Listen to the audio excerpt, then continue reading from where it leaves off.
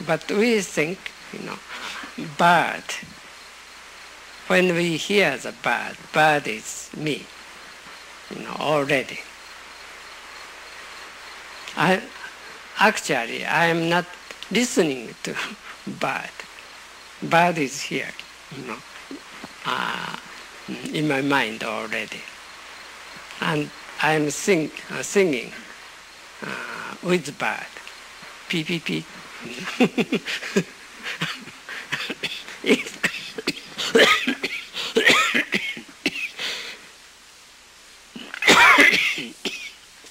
If you think when you are reading something, if you think bird is there, blue jay is over my roof.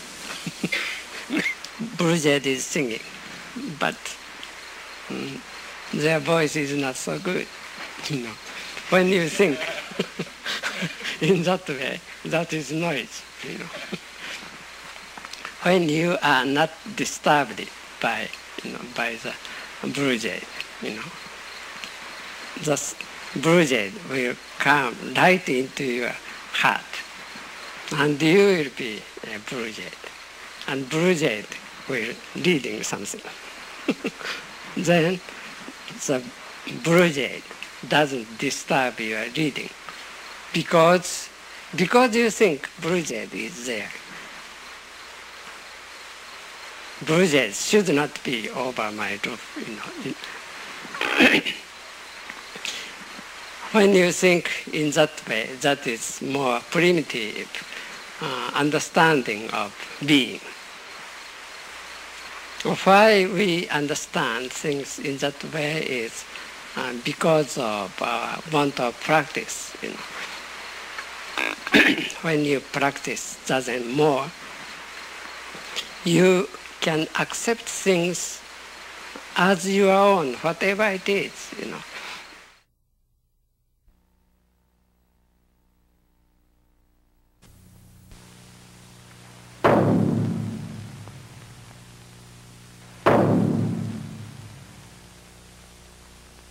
The longer you practice Zen, I think the less you know what it's about, and the less you know what you're doing. In a sense that you can verbalize it or answer some question coherently. If you ask most students here, what's Zen, they'll kind of laugh at you. It's like a palace with so many rooms, and you're in one room, and then you're in another room, and you can't describe that palace with all of those rooms in it, or it's like a jewel with many sides. And as you practice through the cold of the winter and through the part of the summer when there are flies, you're always in a different room. But the variety of experience that comes in the total simplicity of this way of life is astounding.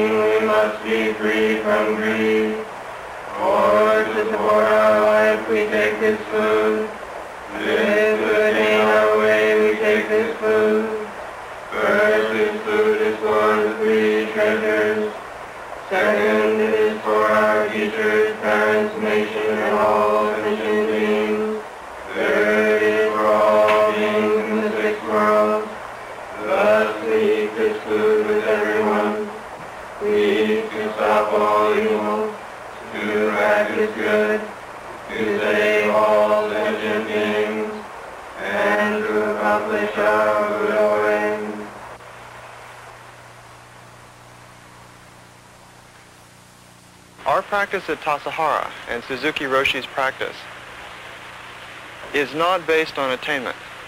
It's based on living totally in each moment, of giving life to your life situation at each moment. And not really even at each moment, because that becomes some kind of plan that you set for yourself. But more simply, in this moment, in living in this moment. And the only time that you ever are is now. And the only place that you ever are is here. And what are you going to do with it? You know? What are you going to do with it? With the person that you meet, with the eating bowls as you open them in the morning, with the bread as you're kneading it, it either is alive or it's not. And to live totally in that one moment, the only moment that you ever live in, is the emphasis in our practice. And any notion that you have of searching takes you out of that moment. And any notion that you have of something that you're going to attain in the future only takes you out of that moment. Some people ask, well, you know, if there's nothing to attain, then why are you practicing? What's the purpose of sitting zazen, of getting up at 3:45 in the middle of the winter with no heat in the morning? And, you know, like, there's no answer to that question. But here we are, you know, and we're doing it.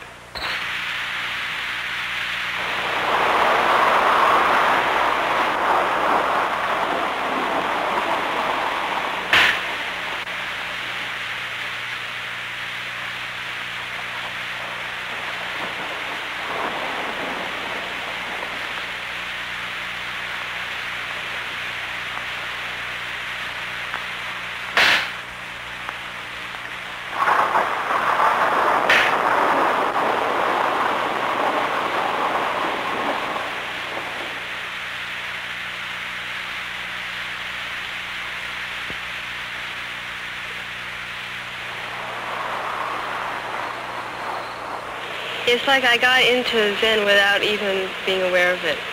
You know, it was like before I knew it, it had taken my life.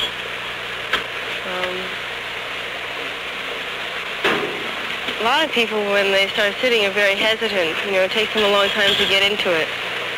You know, you come and then you go away for a while and you come back. But How did you get into it?